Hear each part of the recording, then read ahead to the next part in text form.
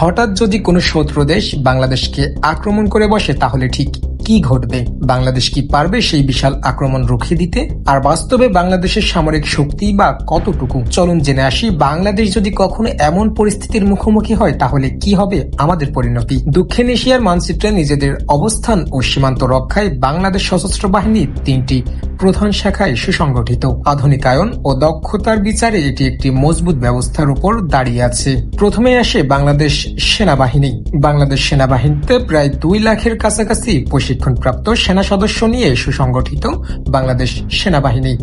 সাজোয়া বহরকে শক্তিশালী করতে বাহিনীতে রয়েছে আনুমানিক 2 শতাধিক ট্যাঙ্ক। এর মধ্যে পাহাড়ি ও কাদামাটি রাস্তায় খুব সহজে চলতে পারে এমন 44টি আধুনিক VT-5 লাইট ট্যাঙ্ক এবং ভারী যুদ্ধের জন্য রয়েছে প্রায় 40টির মতো MBT-2000। পাশাপাশি পুরনো সংস্করণগুলোকে নতুন রূপ দিয়ে তৈরি করা হয়েছে শতাধিক টাইপ 59G। দূর থেকে শত্রুর সাজোয়া বহরকে উড়িয়ে দিতে রয়েছে তুরস্কের তৈরি উচ্চ প্রযুক্তির TRZ-300 টাইফুন রকেট সিস্টেম, যার সংখ্যা আনুমানিক 18 থেকে 24টি। এটি প্রায় 120 কিলোমিটার দূরের লক্ষ্যবস্তুতে নিখুঁত আঘাত হানতে পারে। এছাড়াও আকাশ প্রতিরক্ষা নিশ্চিত করতে চীনের তৈরি FM-90 শর্ট রেঞ্জ মিসাইল এবং প্রায় 1000-এরও বেশি ম্যানপ্যাড যুক্ত হয়েছে। এরপর বাংলাদেশ বিমান বাহিনী। দেশের বিশাল আকাশ সীমা নিরাপদ রাখতে বিমান বাহিনীর বহরে মোট লড়াকু যুদ্ধ বিমানের সংখ্যা আনুমানিক 35 থেকে 40টি। এর মধ্যে মূল দায়িত্বে রয়েছে 8টি MiG-29 সুপারসনিক ইন্টারসেপ্টর জেট। এর পাশাপাশি আকাশ সীমা পাহারা দিতে রয়েছে আনুমানিক 25 থেকে 30টির মতো F-7 সিরিজের ফাইটার জেট। সেনাবাহিনীকে প্রয়োজনীয় রসদ ও সহযোগিতা দিতে বিমান বাহিনীর বহরে আছে 5টি সর্বাধুনিক C-130J সুপার হারকিউলিস এবং 4টি C-130B পরিবহন বিমান। এছাড়াও সেনা আনা নেওয়ার জন্য রয়েছে প্রায় 30টির বেশি Mi-171SH কমব্যাট হেলিকপ্টার এবং অন্যান্য বেশ কয়েকটি অ্যাটাক হেলিকপ্টার।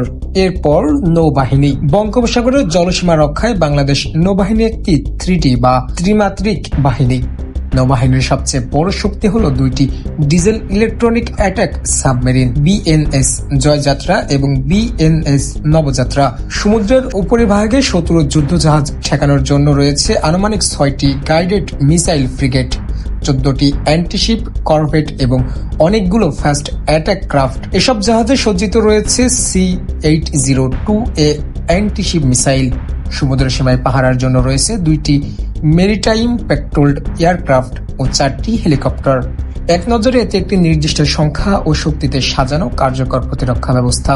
এরপর আসছে বাংলাদেশের সব থেকে শক্তিশালী অস্ত্র পারমাণবিক মিসাইল, যার বাংলা নাম 5271-24 চেতনা। এই চেতনার মতো পারমাণবিক মিসাইলও বাংলাদেশে রয়েছে। বাস্তবে বাংলাদেশের কৌশলগত শক্তি কিন্তু কেবল এই লোহার অস্ত্রের বারুদে আটকে নেই। আমাদের প্রতিরক্ষা ব্যবস্থায় গভীরভাবে কাজ করছে এই চেতনা মিসাইল।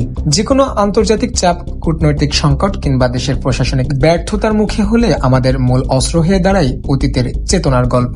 যদি কখনো কোনো দেশ আমাদের উপর আক্রমণ করে বসে তাহলে আমরা 1952, 1971 ও 2024-এর চেতনাকে ছুড়ে মারলেই যে কোনো দেশ নিমিষেই ধ্বংস হয়ে যেতে পারে, হোক না সে রাশিয়া কিংবা আমেরিকা। আর নিজেদের শক্তিশালীভাবে বসে থাকি। প্রকৃত শক্তিতে ফিরে আসতে হলে আমাদের এই চেতনাকে ছাপিয়ে ফিরে আসতে হবে বাস্তবতার মুখে। তাহলেই একদিন বাংলাদেশও যে কোনো দেশকে প্রতিহত করার ক্ষমতা রাখবে।